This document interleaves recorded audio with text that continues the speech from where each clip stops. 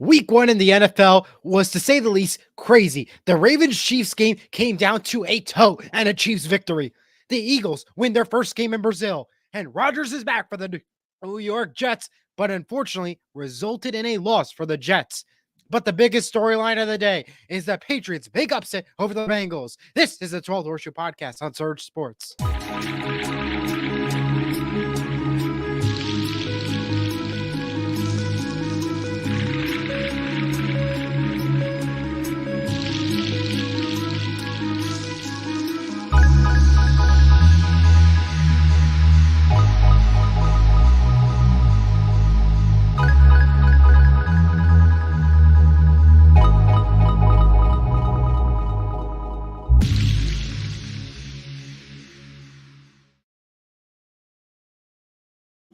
Welcome to the 12th Horseshoe Podcast on Surge Sports. Elijah Weisher back with you guys alongside my partner, Jack Rizzo. Jack, how are we doing today? Doing good, Eli. Great to have you back. Great to be back. The season has kicked off. It was an awesome week 1. Great week 1. So many good games, especially in prime time. Primetime games were awesome this week. And I want to give a shout out to Jason for filling in for you last week, next. Eli. Yes. Jason Lee, thank you very much for replacing me for the day. Unfortunately, your theory about the Star and Shoe podcast will not be coming true anytime soon. It's still going to be the 12th Horseshoe Podcast, although that name didn't make sense because you got rid of the 12th, but you kept the shoe. I mean, I don't know. I was a little confused about that. You could have kept the 12th maybe instead. Either way, thanks for covering me for the day. Let's get into the games that matter most today. We'll get to our week 1 recap and make our Thursday night football pick. Don't forget to join us on Friday at 7 Friday for a time to be announced for our prediction show. Jack will be hosting. We'll start off with the game that came down to a toe, literally.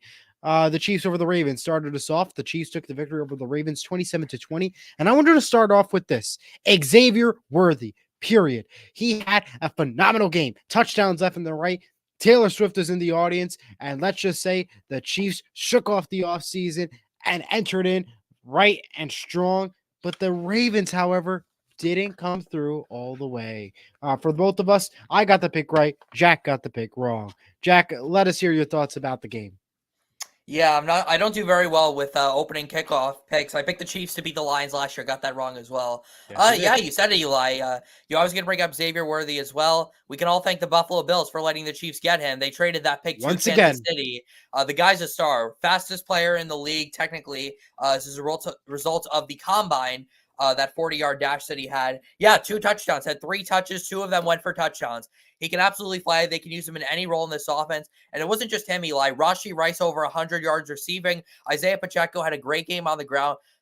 It was a great game. You know, it came down to the wire. The Ravens made it a little interesting at the end, but really Kansas City was in control the majority of this game. I want to give a shout out, though, Eli, to Isaiah Likely. Had the game of his life against the Chiefs, over 100 yards. Was so close to having 2 touchdowns, but it came down to a toe. Isaiah Likely might be the number 1 tight end in Baltimore now. Mark Andrews just 1 catch yesterday. Who would have thought, Eli, that on Thursday, the best tight end in that game would have been Isaiah Likely, and the best running back would have been Isaiah Pacheco, considering the positions the players at those positions that were in that game. But yeah, Eli, it was a great way to kick off the season. The NFL did a great job picking this game. This was also the game, Eli. I want to ask you real quick. What was your thoughts on all the illegal formation penalties that were called specifically against Baltimore in that game? Well, yes. I mean, the legal formations, I believe the calls are right. The calls are at the right moment, the right time.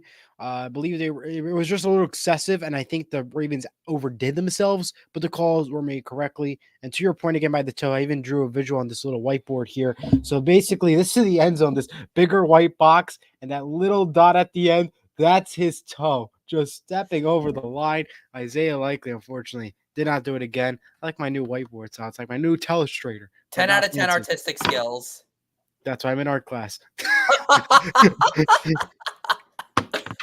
Moving right along, fantastic recap as always, Jack. Eagles over the Packers in Brazil, 34-29. The good news for the Eagles, they got the victory. They played great. The bad news for the Packers, however, they did lose their star quarterback of Jordan Love, and that was the QB curse that took place, the injury that always happens when you're the quarterback and the highest paid. But that is not the case as of now no more, and we'll get to that later. But that did result in about 3 to 6 weeks loss for Jordan Love and the Packers, which is not a good sign. But overall, though, The Eagles played absolutely phenomenal. And I think that was the biggest storyline other than the turf being horrible in Brazil. Jack? Yeah, fly Eagles fly. Hello, Saquon Barkley. Welcome to I was going to say Philadelphia. that too. Welcome out of the dog water team that is the New York Giants. Welcome to Philly. 3 touchdowns, 3 more touchdowns than the Giants had in their game. We'll get to that in a second. He just makes this offense, Eli, this already elite offense that much better. We'll just say the Eagles had, let's just say, not the greatest running backs over the last few years, and they still would just run the football, smash mouth football. But now you had one of the best running backs in the league who also adds an element as a pass catcher, and he had 3 touchdowns, 2 rushing, 1 receiving. Jalen Hurts looked really good. Kellen Moore was a really good offensive coordinator hire. This game started out really sloppy, Eli. The first quarter, we saw a lot of turnovers, a lot of sloppy plays, but the second half was absolutely electric. So much back and forth. Jaden Reed, 2 touchdowns for the Packers. You mentioned it, Eli, with Jordan Love's injury. That is a big loss, especially early in the season. Green Bay can't fall behind, especially in the division they play in. For at least 3 teams that are, I would consider, playoff contenders, and one team in the Vikings who certainly outperformed their expectations this past week. But this was a great game, Eli. It was cool to see them play in Brazil, but let's just hope they can get like an actual proper playing field next time and not, that field that now That has kind of Jordan field that Love they out played. for the next month or so. Bad luck always happens in virtually, and we do have some comments coming in first. To start off with Kurt, Bo Nix bounces back next Sunday. We'll see how it goes. I'll get to the Seattle recap in just a little bit. And speaking of Kurt, he also hosts a show called All In on High School Sports. That is coming up next at 8 o'clock on the K&K Sports Network, All in the High School Sports Network channel. You can catch Kurt and Jen there. We will be joining as well. And great show. Catch up on New Jersey high school sports coming up next at 8 o'clock on the network. So go ahead and search on YouTube. And the other comment was from Jason Lee. He said Jets still 9+ wins. Hot take. We'll talk about that later. We'll talk about that later. Moving right along, though, we do obviously know that they have to prepare the field better for next time whenever they go back to Brazil. Steelers over the Falcons, 18-10. This is a game that we both got the pick wrong. The Eagles pick, we both got right. Steelers won by pretty much all field goals, literally. That was the bottom line. Fields had a pretty good day. Better choice than Russell Wilson to start. And the offense, not a bad day for them, although some work could be done on both sides of the ball. Falcons, Kirk Cousins, they played great, but not enough to secure the victory. I was expecting more from the Falcons, honestly. I was a little shocked at the result that it happened and came out with. And we will see if this will factor in for them next week, because they will have Philadelphia on Monday Night Football on ESPN. So that will be a big test to see, because I'm very curious how Atlanta will play in prime time, Kirk Cousins especially, because what we saw this weekend was not the best performance that we will see for the Atlanta Falcons. Yeah. Hey, at least I almost got the score prediction right. I said 17-12. It was 18-10. So I didn't have the winner right, but at least I almost had the score right, if there's any bottom line to this. But Eli, this game was a great representation of why it's so important that starters play in the preseason, right? The Falcons didn't play any of their starters in the preseason, and that really showed. Justin Fields looked so much more in rhythm with his wide receivers than Kirk Cousins did. It really looked like Kirk Cousins was trying to be careful off that Achilles tear he had last year. But the thing with Justin Fields, Eli, is he's not going to be a spectacular quarterback, right? He's not going to be a top 10 in the league, but he's going to be a good game manager, and he's not going to turn the football over. And that's what the Steelers need, because, oh man, this defense is fun to watch. They're as good as ever, Eli. You look at TJ Watt out there. He's the best defensive player in the game. There's nobody even close to where he is at right now. Just all over the field, recovers fumbles, gets strip sacks, can make interceptions, can do it all. And how about Chris Boswell out there for Pittsburgh today? 6 field goals, absolute machine out there. Great win for the Steelers. You can never count the Steelers out. I've said that so many times ever since we started the show. You can just never count the Steelers out. Mike Tomlin had his guys prepared for Sunday's game, and that's a big win, Eli, especially on the road as an underdog in week 1. And they've got a great chance next week to go to 2-0 because they play the Denver Broncos. Sorry, Kurt, if you're watching. All righty. Well, we'll see how that plays out. To the next game we go, and the pick that we both got right, the Texans over the Colts, 29-27. For the Texans, a really good game. Offense was good. Defense needed to stop the ball, but they did their job for the most part. For the Colts, not a bad day for Anthony Richardson. I'll give you that. Fantastic, but the play call needs to get a little bit better for the offense, though, if they want to continue to keep winning games. But should be able to fix up should win the next game. Need some fixes here and there, but not a bad game, though. Really exciting. 29-27 came down to a wire. Jack, you're a Colts fan. Tell us about this game. Well, really, like before the Sunday night game, which we'll get to in a little bit, this was probably the best game of week one, if we're being Yeah. honest. So much back and forth in this game. Obviously, as a Colts fan, I'm disappointed. We now have not won week one for 11 straight years, but man, hey, credit to the Texans. They were ready to Oh, play. yeah. They are one of the best teams in the AFC. You could make an argument that they're Kansas City's biggest challenger in the AFC right now. I wouldn't call you crazy. I mean, you already had Nico Collins, Tank Dell, and Dalton Schultz on this offense, and now you had Joe Mixon and Stephon Diggs, who combined for 3 touchdowns on Sunday.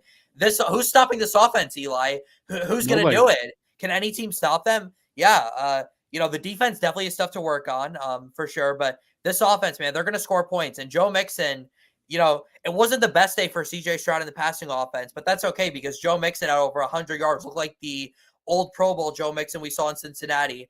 As for the Colts, Eli, yeah, it's the Anthony Richardson experience. You can expect this pretty much every week from the Colts, Eli. We're going to score probably about 30. We're going to probably be top 5 in the NFL in scoring points this year. We do that. We score a lot of points, but we're also going to be bottom 5 in points given up. We're also going to give up a ton of points. And we just lost our best corner, Juju Brents, for the season with a knee injury. That news just came out today. So I literally could not, I don't think any non-Colts fan can name more than one player that's starting in our secondary right now. But this was a very exciting game, Eli. Anthony Richardson had some unbelievable plays. Some of the throws he made, my goodness. He launched the ball 70 yards on the He air, really throwing is. off his back foot. Yeah, he's got unbelievable athleticism. He still has some things to clean up, Eli, but I don't know if there's a quarterback that's more fun to watch right now, honestly, out there than Anthony Richardson. But this was a great game, Eli, and I'm looking forward to when these two teams play again in Week 8. Richardson versus Stroud is going to be a great QB matchup for many years to come. Absolutely, and I think, as you mentioned, both fantastic quarterbacks, and really, this is like a playoff matchup we saw, and one of the best of the night. It was. It really was. Yeah. It really did feel like, and it was only week one. That's a sad game. Unfortunately, though, a game that was not a week one game, and a pick where Jack got right, I got it wrong. The Vikings over the Giants, 28-6. Daniel Jones gets booed out of the stadium, and they disappointed me, really. I thought there would be competition made with the Vikings since now they lost their star quarterback. There'll be a potential game to go after. But no, I was really, really disappointed with the New York Giants and their performance. I don't even know if they can ever bounce back. I mean, that's like to get that type of high wins again, it ain't gonna happen this season. And they really don't have a quarterback. The play call is really bad on the New York Giants side. A lot has to be done. But the Vikings, though, they played really good. Offense was decent, great on the defense. But the question is, can they maintain it? They will have San Francisco next week, and that will be their biggest test to see if they truly are the new Minnesota Vikings of the future. Yeah, Eli, I've been asking you since that game, why did you pick the Giants? But to be fair, I was going to pick the Giants in this game until I watched that preseason game against Houston where Daniel Jones threw 2 awful interceptions. I'm like, oh yeah, the Vikings are definitely going to win this game. And what do you know? They did. Hey, credit to Sam Darnold. He went out there and played very, very well. Had Justin Jefferson, they connected very well, got the ball to his other receivers. TJ Hawkinson's not even back yet. When he comes back, this offense is only going to get better. Aaron Jones looked good. And how about that defense? That defense was very underrated last year.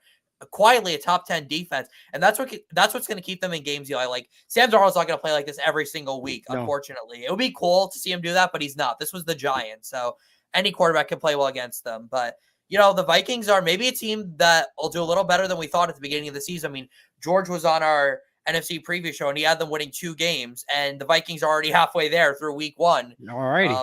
But yeah, the disappointing game for the Giants, and it's bad when the fans literally wait after the game to boo Daniel Jones out of the stadium. That is really a sad moment to see in New Jersey, not New York. Yeah. I don't know why they're called the New York Giants, to be honest. That's a different argument for a different day, however. Meanwhile, we're going to move right along to the Bills-Cardinals game, 34-20. We both got this pick right. Jack had his survivor pick there. I had my lock of the week there. Big win for the Bills, but risky. The reason why I say that is because the Cardinals almost won a football game. They had the lead majority of the game. They played really good, and it was a really good game for them. The Bills, they weren't at their highest level, the best level I was expecting them to be, but they did come up on top and do get a victory there. One big moment, though, DJ Dallas with the first return touchdown of the year for Arizona, and boy, was that special. All the way from the new kickoff rule, all the way to the touchdown, and it was really, you couldn't have asked for a better moment there. Unfortunately, Arizona did not come out on top, but for the Bills, they did take a fantastic victory there. Jack? Yeah, Eli, I was actually going to bring up the dynamic kickoff rule in this game, but you already did it for me. So, Yeah, no problem. but something that surprised me though was how very seldom kickoffs were returned this past weekend. It felt like there were still as many touchbacks as there were before. Now the ball just goes to the 30 and not the 25. But hey, that was a great return by the Cardinals. But they were up 17-3. Arizona was. They showed they can compete. I know they blew this game. I know they should have won probably, but hey, they showed they can compete with the Bills, who are still one of the top teams in the AFC, and the Cardinals were on the road as nearly a touchdown underdog. So that's really impressive. But Josh Allen really showed today that he doesn't need Stephon Diggs. Honestly, they might actually be better off without him because now Josh Allen doesn't have to force feed the ball to him. He can spread the ball around, get it to his new weapons. Keon Coleman looks really good on Sunday. So did Khalil Shakir. So did Matt Collins. They have two good tight ends. James Cook is a very good running back. I think this offense is still going to score a lot of points, Eli. The defense definitely needs work. That is a fact. The defense needs work. They didn't give up a touchdown in the second half, but they were shaky all game. So the defense needs work. But hey, this was a fun game, Eli. And I think this game was more exciting than we thought it would be. And back to the kickoff touchdown, Eli. How about DJ Dallas, a former Seattle Seahawk, getting the kick return for a touchdown? Yeah, absolutely. That was pretty big indeed. I was very impressed there. Comment from Jason Lee. Guys, I know you just talked about the Steelers game, but news just broke that Justin Fields will be the starter as of now. Yes, we mentioned that, but yes, he will be the starter for the Steelers. That was announced a little earlier, but yeah. Good for Justin Fields. Russell Wilson's so boring. Hey, Russell Wilson. Exactly. Thank you. Good So comment boring. there from Jason. Appreciate it. We're going to go to the Dolphins over the Jaguars, 20-17. We both got this pick right, and it was an interesting game. Well, first off, it started with a Tyreek Hill arrest and a controversial moment. However, at the same time, he kind of deserved to get arrested, but at the same time, not the way that it was handled. I mean, I get the whole... We'll just leave it at there. Let's talk about the game. I would like to talk about it, but not now. Not now. We'll just go to the game, though. That matters because it was an interesting first half. Offense on good side, defense needed some work, but overall, they needed work all around Miami. Jaguars kept the game kind of close, but they fell short at the end. I mean, it was really a disappointing day. We'll see how the Dolphins play versus Buffalo. It's going to be a really good game Thursday night versus Buffalo and Miami. I think those are two great teams that we're about to be seeing on Thursday night. And this is like the battle for the title of the AFC East. And also, this is really like the Dolphins did not play the best game at all last week, and nor did the Buffalo Bills. So this will be both exciting games, and this fact that they're both 1-0 to start will make this game even better. Yeah, Eli, well, it's hard to bet against the Dolphins in September. I almost never pick against them in this month because they are just that good in September. They've started 3-0 the last 2 years. We'll see if they do it again this year. But I think this game was actually encouraging for the Dolphins in a way. Even though they struggled, they show that they can close out games. Last year, they didn't really have to come from behind that much. Most of their wins, they were blowing out their opponents, leaving them in the dust. But on week one, they showed they can close out games and finish out games. Miami was down 14-0 at one point. Jacksonville was playing very well. Brian Thomas Jr. had a great touchdown in the back of the end zone. The game really turned, though, Eli. In the third quarter, Jacksonville was up 17-7. They were on the goal line. We're about to make it a 3-possession game, but Travis Etienne fumbles at the 1-yard line, and it goes through the end zone for a touchback. And it was all Miami from there. Tyreek Hill, the 80-yard touchdown right after that. Miami grinded out 2 field goals. Jason Sanders hitting a 52-yarder at the buzzer to win the game. Fun fact about that, Eli. There were 21 field goals in week one from over 50 yards. How incredible is that? That's over 1 per game. It's incredible. It truly is. I mean, what a stat there. And out of the game that we both got this pick right, but and Jack had it for the lock of the week, but I don't think we're going to spend too much time on this one. Saints over the Panthers, 47-10. The Panthers, I mean, Bryce Young is one of the biggest busts in NFL history. I mean, really, you can't tell me that 10 points that's enough to tell me. I mean, that is really an absolute embarrassment there. The Saints did put up 47 points amazingly. They are looking pretty good, but we'll see if they can handle it versus Dallas next week. And if they can't, we'll have the following week to come. I mean, I think we'll keep it short and sweet here, but yeah, go ahead, Jack. Well, first of all, yeah, I do want to say that was not my lock of the week, actually. It was the game we're going to talk about right after this. Oh, my bad. I read it wrong. My bad. That's okay. No issues. I really don't even know what to say. Like, the Panthers are... It's hard to watch them. It really is. They're pretty much unwatchable at this point. Why can we let's just kick the Panthers out and bring the Georgia Bulldogs in? Hey, still a team in the South. You can have them in the NFC South, right? You're right. Absolutely. I mean, that'd be 2 teams from Georgia, but who cares, right? It's okay, The right? Georgia No, don't worry Bulldogs about are it. pretty good. Oh my God, Bryce Young is just bad. The Panthers, and the worst thing about it, to realize the Panthers gave up 2 first-round picks, 2 second-round picks, and DJ Moore to get Bryce Young. They could have had CJ Stroud or Anthony Richardson, and they chose Bryce Young. That's going to haunt them for the next 10 years, Eli. But maybe David Tepper just needs to sell a team. Maybe that's the first thing that needs to happen. The Panthers are an absolute disaster. I mean, come on, 47-10 in week 1. Like, what are we doing here, Carolina? Alrighty. Why? I Alright. mean, this is honestly ridiculous. And thank goodness they don't have a primetime game this year. I just like don't understand how this team Well, they can have be an this NFL bad. Network game. Panthers, Giants in Germany. Who decided that would be a good idea? I really need to know. Oh, well. We're going to move right along before it gets ugly here. The Patriots over the Bengals, the biggest upset of the day. Jack had the Bengals. I have the lock of the week wrong. I had the Bengals for the win wrong. And it looks like everybody on their survivor pools are out because they took Bengals. And it really was the shock of the world. Really. The Patriots are the biggest upset of the night, delivering one heck of a game. Wasn't the greatest win, though, but they did win. The Bengals, I'm just disappointed beyond all levels about them. I don't know if that was worse than the New York Giants, but I think the Giants are still going to beat the Bengals on that one for week 1 bust of the week. But that was a real big competition there, and I couldn't believe what we saw. And I'll let Jack break it down because he's good at this stuff. And go ahead, Jack. I don't really even know what to say about this game, Eli. Like you're playing maybe the worst team in the NFL on paper this season. Okay, maybe that's the Panthers, but I think going into the season, I thought the Patriots would be worse. How are you not prepared for this game? Like the Bengals just were completely unprepared for this game. I guess it shows you again with the starters. The Bengals starters played 1 series in the preseason. I don't know what Zach Taylor is doing at training camp, but it's clear he's not doing a good job because the Bengals start every season so rough. This was just such a bad game, Eli. I can't believe this was like the top game on CBS for the 1 o'clock window. God bless everyone who had to sit through this disaster. But hey, credit to the Patriots, Eli. You said they didn't win pretty, Eli. That really doesn't matter. Just winning a game for the Patriots is a huge win. Ramondre Stevenson, though, very underrated. Still a great running back. That defense is still very good. Maybe, Eli, do you think maybe the Bengals were caught off guard? Do you think they were looking ahead to that Kansas City game that they have next week and they weren't prepared for this game? That's a possibility, but you had to win against the Patriots. I mean, that was a pretty bad performance. You're so right. And you can't tell me you can't look ahead without winning against the Patriots. The fact that you lost to the Patriots, saying you're going to already lose next week, even if you don't, even if you do win, you already lost because you lost to the Patriots the week before. The only good thing about that happened with the Bengals this week was the orange out. That was very cool. Yeah, it really was. But the game was not. That was an absolute disaster. Let's just move on. I don't even really want to. Yeah, we don't have to worry about that. But how about Caleb Williams and the Bears over the Titans, 24-17. Now, the Titans are not exactly the best team either out there, but they could put up a fight next week versus New York. It wasn't the greatest game for them. Caleb Williams is the Bear, though.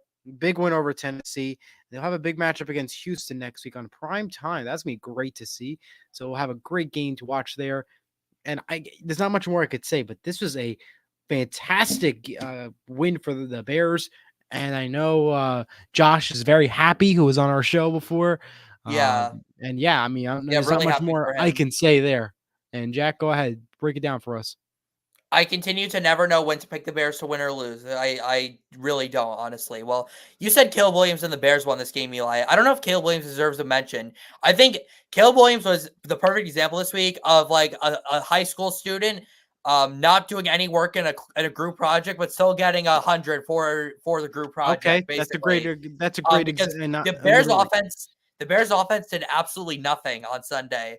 They came back. The Titans, amazingly, were the first team to blow a 17-0 lead without giving up a single touchdown on defense because Will Levis was just that bad. A block punt return for a touchdown and then a pick six.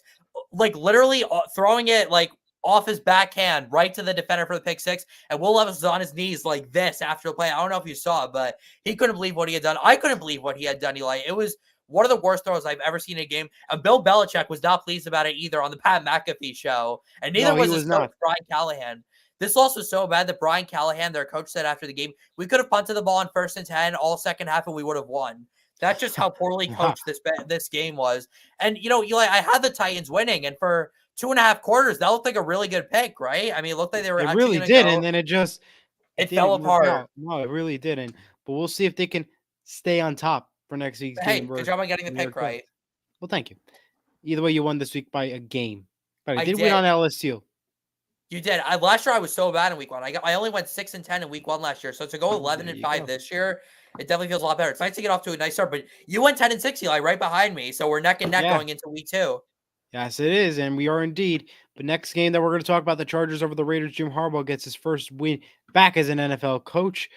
He gets on a win column. Didn't start off great for them. The Raiders were there for a little bit, but disappointed really with the Raiders.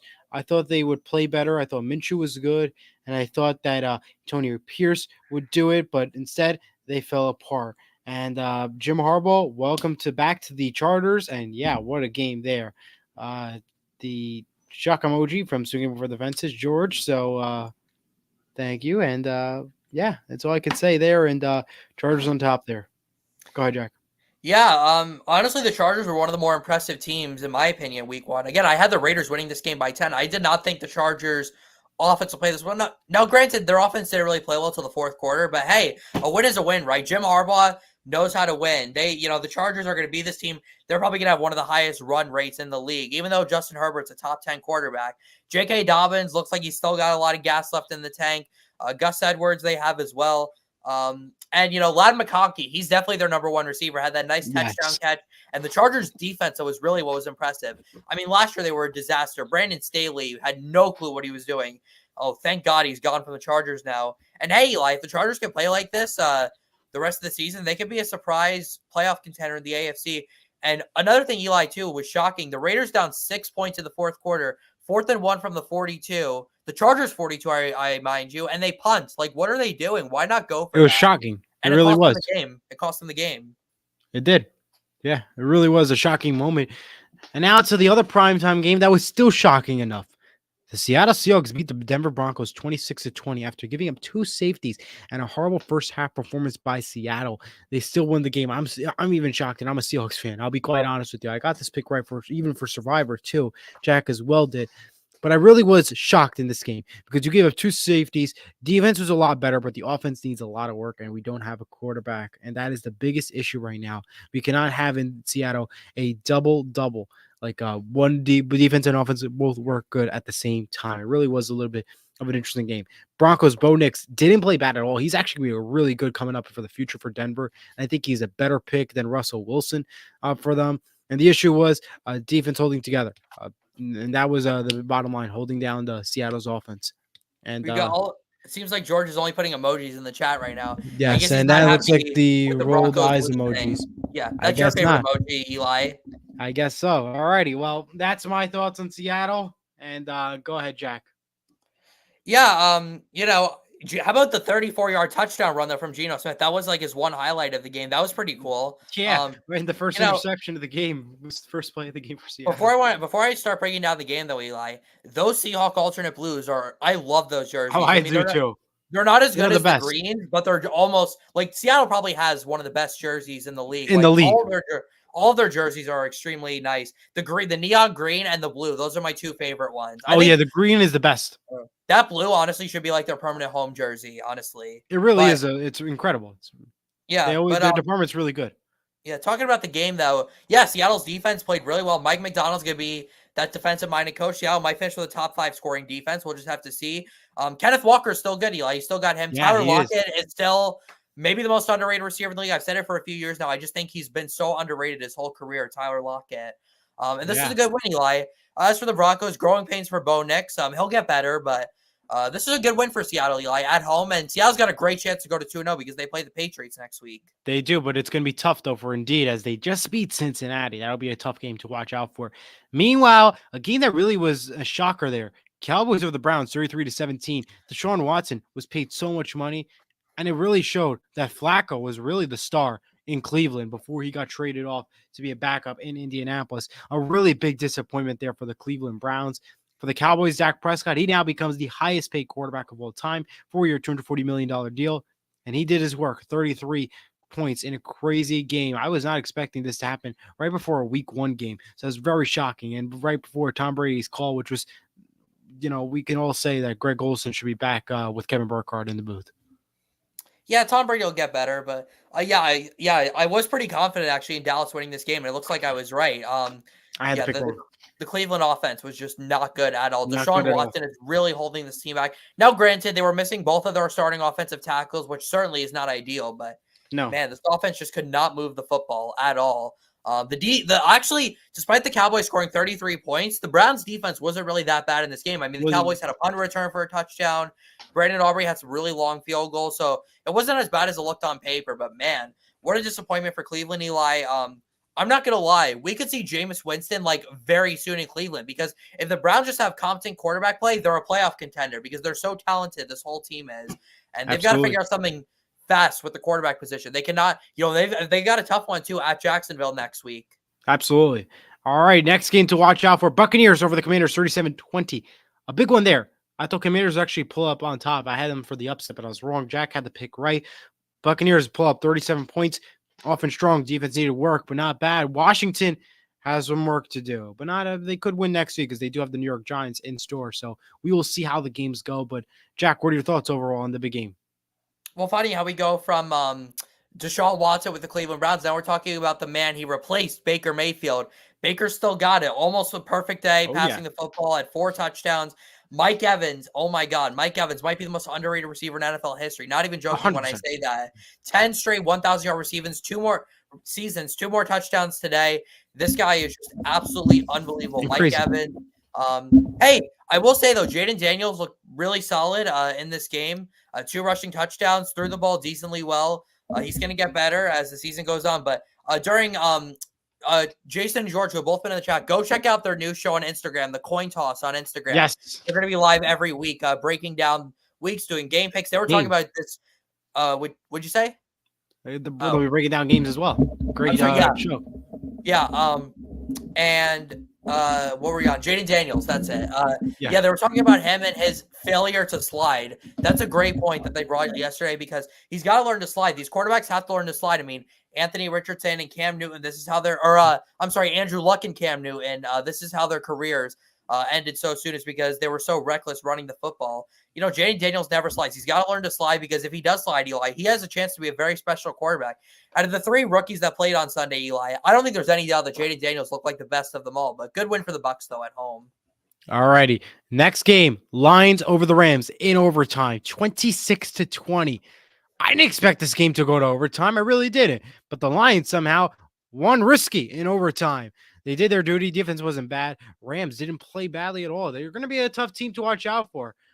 Great game that was there, and I was really shocked that game went to overtime. The Lions, again, look good, and they look like the brand new Lions that could still have a bright future ahead of them in the NFC. Yeah, Eli. Honestly, the first half left a lot to be desired. The game was pretty boring, honestly, for about 2.5 quarters, but things really picked up towards the end of the third quarter. The Rams just slowly started to come back. Cooper Kupp looked like the old Cooper Kupp. Matthew Stafford played like the dog he is, and the Rams somehow sent this game into overtime. But the Lions relied on what they do best: run the football. David Montgomery ran it right down their throats on that first overtime possession. Didn't even let them get a chance to possess the ball, though, Eli. But this game really shows why Sean McVay is one of the best coaches in the NFL. The Rams playing at basically 20% health. They didn't have their entire O-line. They didn't have Puka Nacua for most of this game.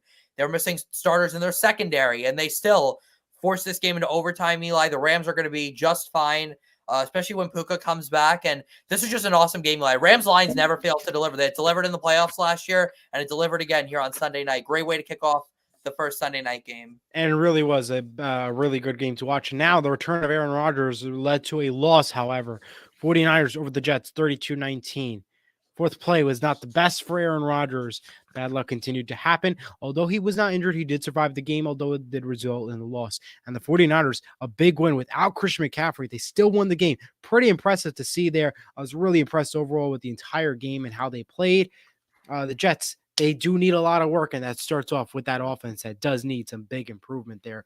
The Jets defense, so it wasn't too bad. I mean, it could have been better, but it was it was not good at all. But still, I mean, they just need work, bottom line. And I'll let Jack. They do. They do. Every side. I mentioned on our AFC preview show how I was surprised to see the Jets were only the 12th best scoring defense in the league last year, and they did not do anything to prove me wrong tonight.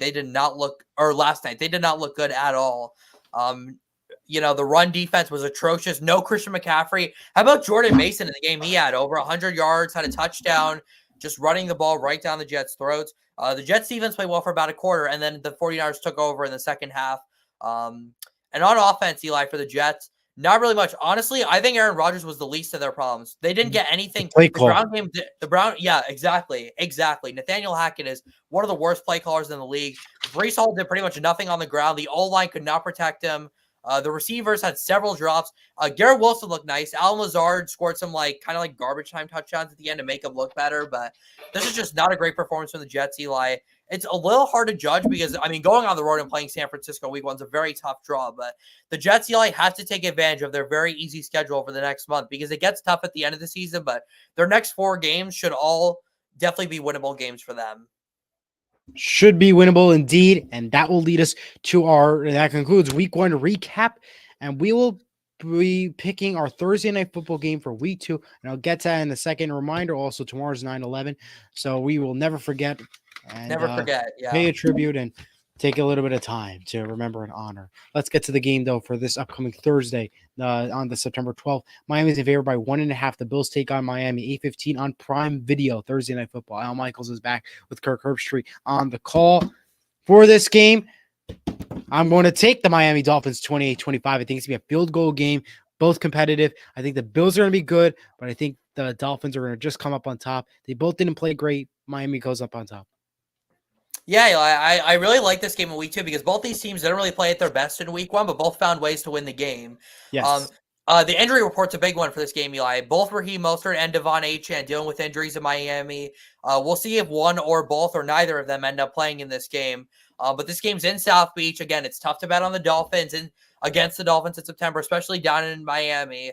Despite the fact I still have the Bills winning this division in a very high-scoring game, give me the Dolphins. I'm going to agree with you here. I'm going to take Miami to win 34-31. I think this is going to be a very high-scoring game. A lot of back and forth. I think Tyreek Hill sees the end zone again. What else is new? I think Keon Coleman gets his first touchdown of his career this week. It's going to be a great game, Eli. Let's just face it. This 100%. Is an awesome Thursday night matchup. Thank God the NFL schedule makers actually gave us some good Thursday night football games this year. They gave us a great game, and they want us to pay for those subscription services, and that being Prime Video. Yeah. All righty. Well, that concludes this recap week 1 recap. Well, tongue twister there. And we will be back on Friday. Time to be announced for our Prediction Friday show for all of the games. Stay tuned. We will have more content coming soon on Surge Sports. Elijah Weintraub, Jack Rizzo, signing off from our homes. Goodbye.